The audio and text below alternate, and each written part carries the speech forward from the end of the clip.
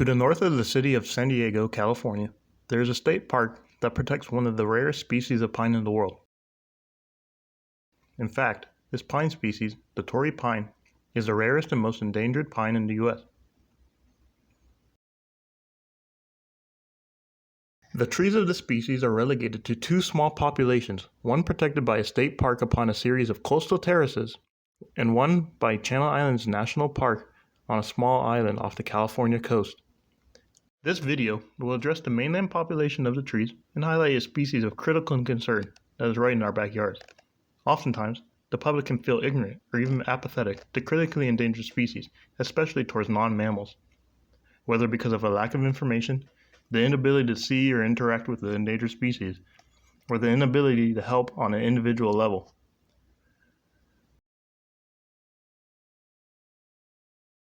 According to researchers, the mainland grove of approximately 3,400 trees in Torrey Pines State Natural Preserve is complemented by 2,000 trees on the 280 square kilometer Santa Rosa Island. There is a large contingency of risks that the trees face, hence their critically endangered status. First and foremost, due to their small population size and available habitat, almost the entire population is genetically identical. This leads to the species being extremely vulnerable to outside stimulus, whether disease, insect infestation, or climate change. One leading risk factor is due to bark beetles that damage trees with their larvae, and are deadly to trees already exhibiting external stress. In particular, during drought years, the trees are unable to produce enough sap to prevent the insects from burrowing deep into the tree's living tissue. To combat this without adding expensive and excessive irrigation systems, pheromone-based traps are used to collect beetles before they can lay their eggs in the trees. Further, data on pest population size and distribution can be used for additional measures in the future.